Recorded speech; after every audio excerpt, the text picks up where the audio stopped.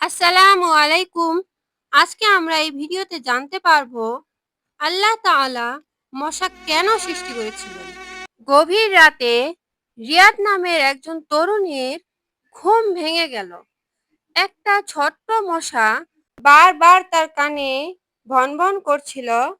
বিরক্ত হয়ে সে উঠে বসল, বলল, আল্লাহ এত কিছু সৃষ্টি করেছেন, কিন্তু এই মশাটারই বা কি দরকার ছিল।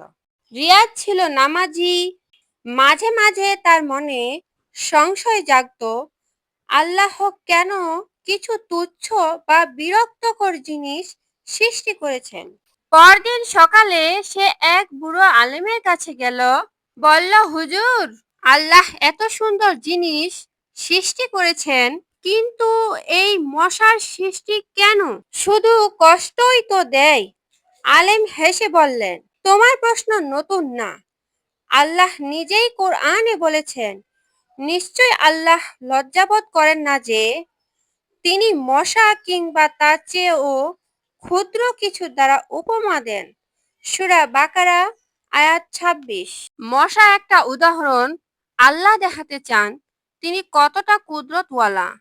একটা মশাও মানুষের চিন্তা জাগিয়ে তোলে। এত ক্ষুদ্র একটা প্রাণী, কিন্তু তার মধ্যে এমন জটিল সিস্টেম।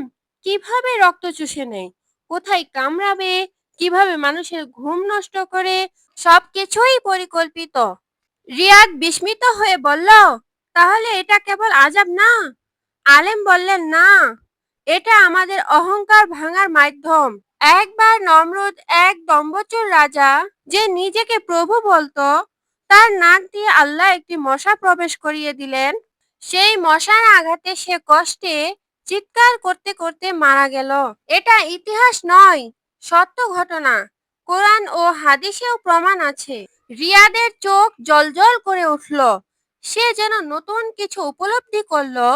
আলেম আবার বললেন, আল্লাহর প্রতিটি সৃষ্টি উদ্দেশ্যপূর্ণ, যদি সেটা মশাও হয়।